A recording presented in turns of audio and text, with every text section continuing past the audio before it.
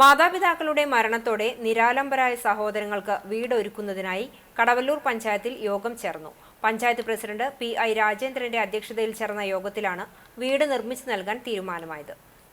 സർക്കാരിൽ നിന്നും അനുവദിച്ച 6 ലക്ഷം രൂപ 700 സ്ക്വയർ ഫീറ്റ് വീടിന് അപര്യാപ്തമാകുമെന്നതിനാൽ ബാക്കി തുക കണ്ടെത്താനുള്ള നടപടികൾ ആരംഭിച്ചു. നിർമ്മാണത്തിനായി കുടുംബശ്രീയെ ചുമതലപ്പെടുത്തും.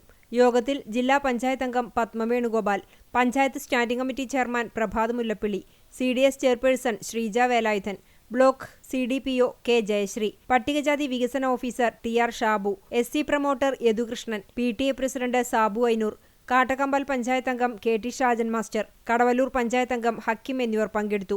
കുട്ടികളുടെ മാതാപിതാക്കളായ കരിക്കുളത്തിൽ ലിജിത, വിജയ് എന്നിവർ മരിച്ചതിനെ തുടർന്നാണ് കുട്ടികൾ മുത്തശ്ശിയുടെ സംരക്ഷണത്തിലായത്. കോട്ടോൽ പട്ടികജാതി നഗറിൽ 10ഓളം പട്ടികജാതി കുടുംബങ്ങൾ കടുത്ത പ്രതിസന്ധിയിലൂടെയാണ് കടന്നുപോകുന്നത്. വർഷങ്ങൾക്ക് മുമ്പ് സർക്കാർ നൽകിയ വീടുകൾ ഇപ്പോൾ ചോർന്നൊലിക്കുന്ന നിലയിലാണ്. ഇവരുടെ കുടുംബത്തിന് വീട് വയ്ക്കാൻ 6 ലക്ഷം രൂപ നേരത്തെ അനുവദിച്ചിരുന്നു. അതിന്റെ ആദ്യ ഗഡുവും നൽകിയിട്ടുണ്ട്.